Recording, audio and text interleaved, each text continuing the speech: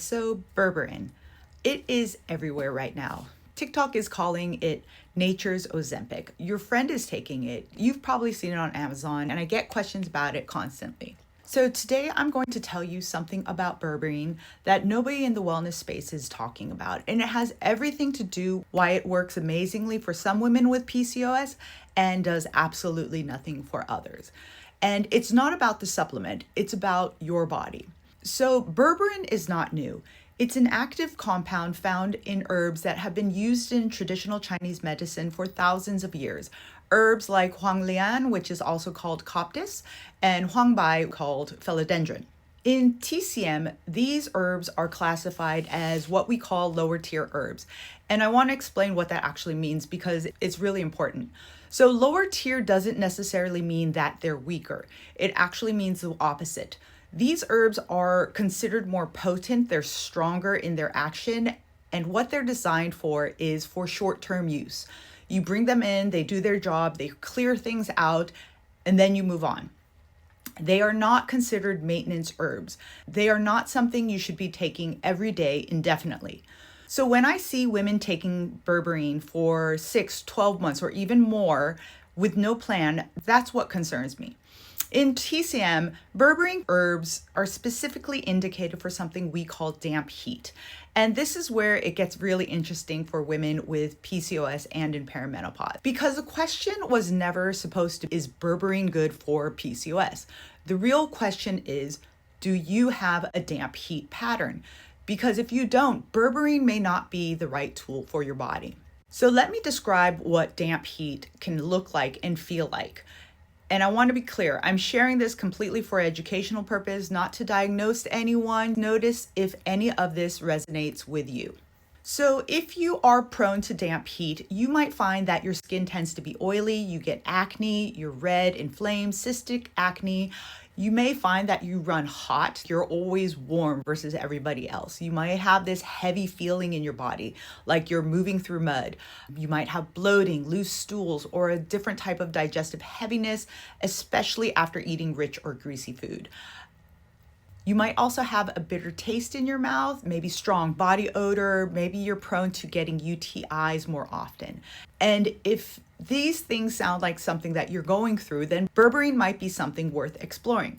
Now, I want to talk to both groups of my community because this matters whether you have PCOS or you're in perimenopause or both. So for women with PCOS, damp heat is the most common pattern that we see. The oily skin, the inflamed skin, the acne, the excess androgens causing facial hair. And for those women, berberine may be a supportive tool in a bigger picture. But not every woman with PCOS has damp heat. Some women actually are colder. They run cold, not hot. They're more exhausted. They're not inflamed. Their digestion is sluggish, but not from heat, it's from depletion. And for those women, a cold, bitter herb like berberine could actually make things worse over time, not better. And then there's perimenopause.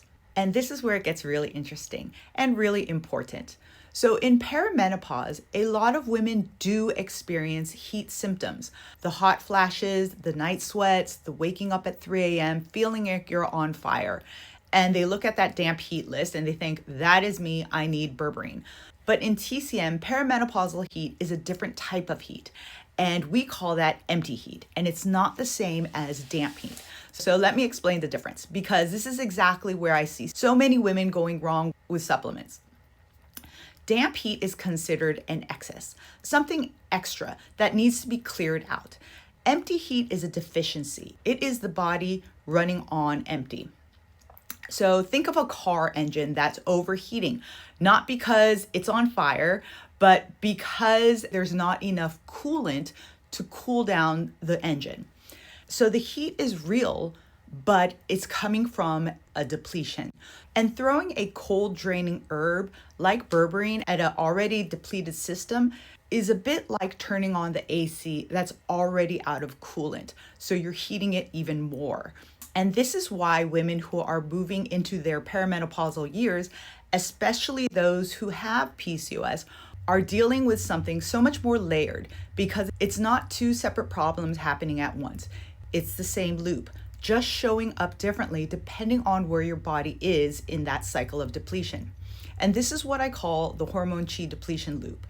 Your body has been running on empty between the PCOS, the cortisol, the years of trying every diet and exercise routine, every supplement, and the loop just keeps spinning.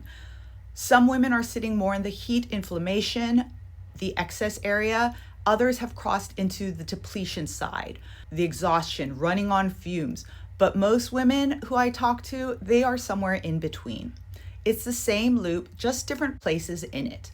And that's exactly why the same supplement works beautifully for one woman with the same diagnosis and does nothing for another, or maybe even makes things worse.